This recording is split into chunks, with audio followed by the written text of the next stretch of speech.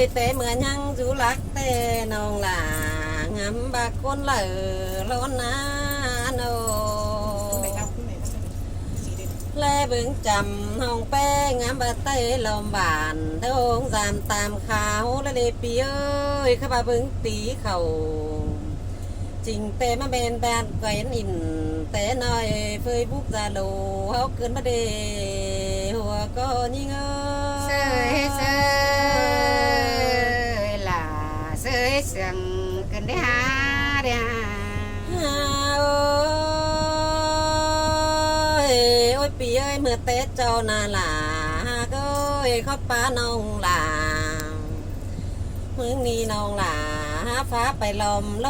ลปีเอ้ยความเสื่องน้องแป้งมือหาฟ้าไปต่อยเด้อลมมังหาบาปีมึงเฮียไหมรู้สั่งฟังลาลำเมาเห็นกันสิ้นเมื่อกว่าปีหาก็แน่นนิ่งลางเสื่องนิ่งเสยเสยคอดนั้นโดล่ะหากเอ้ยหัวก็ยิ่งนอ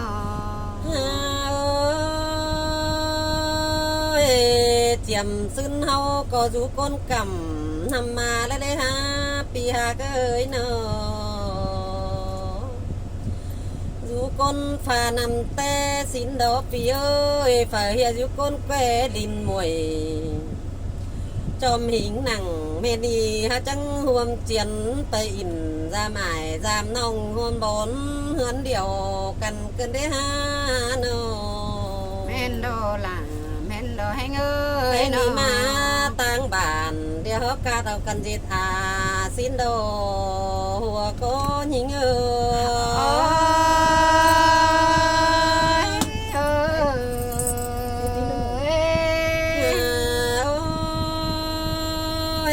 ยปีเอ้ยมาปอกันหนังเลี้ยมเมืองเฮากาเอาเจ็ดป่า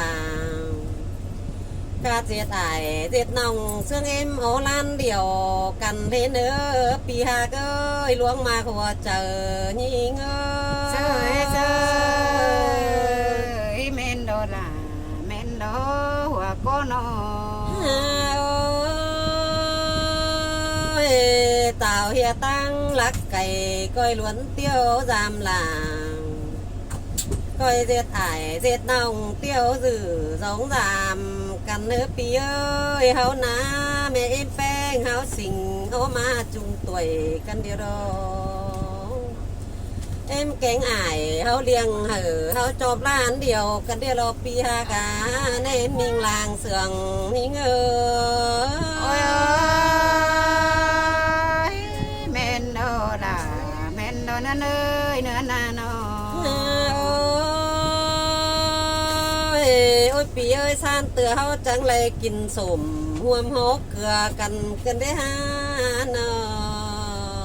แม่นโดล่ะแม่นโดนั่นเอ้ยซ่านเตือจังเลยขี้เหือห่วมตาใบกันมาเลยใครกันครับ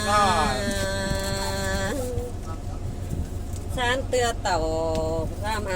สามน้องห่วมเขียนเสเดียวกันได้ปีหาก็เน้นนิ่งลางเสื่องยิ่งโอ้ยแม่นโดล่ะแม่นโดน้องเอ้ยน้องน้องก้อยกาดอ๋อบ่สิบส่วนปีเอ้ยหามันกาดเป็นเป่าสิ้นโดเฮานั่นนอบ่เก่าสั่งมันกาดเป็นต้นสิ้นดอกปีเอ้ยเฮาก้อยหาเป็นต้นดีต้นงามต้นหนาถ้าเป็นเสื่องเบื่อเรียบน้ำบินขายจมตอมปีเอ้ยเฮาก้อยหาหอมเก่าปั้นเป็นบะฟางสิ้นโดปีจังก้อยต่อจามน้องฝ่ายมังเจียงลาวเอเนอปีหาเก้ยเน้นลุยเบาโลหะเสยเสยล่ะเสยเสียงกันเด้น้องน้องโอ้ยปีเอ้ยเจ้าเฮานี่นะเฮามักแน่นบานเดี๋ยวจิบอะไรตรงกันกว่านะปีเนาะ เตือจังเลยขี้เหือห่วมตาบ่ายกันได้ปีหาก็เอ้ยเน้นนิ่งลางเสื่องยิ่งโอ้ยแม่นโดล่ะแม่นโดนั่นเอ้ยน้องน้องแม่นโดนั่นเอ้ยเน้นลุยเบาโลหะ เสยเสยล่ะเสยเสียงกันเด้น้องน้อง โอ้ยปีเอ้ยเจ้าเฮานี่นะเฮามักแน่นบานเดี๋ยวจิบอะไรตรงกันกว่านะปีเนาะ chào báo vợ sườn nên mương chỉ báo lại bò cái lời qua pi ơi khắp báo mặc bàn hóa chầu cái ní trắng hè lẻ muôn mưng chiều cơn mất lên nào coi trưởng cầm tô xin đó pi hà ơi nên đôi vào lỗ hoa ơi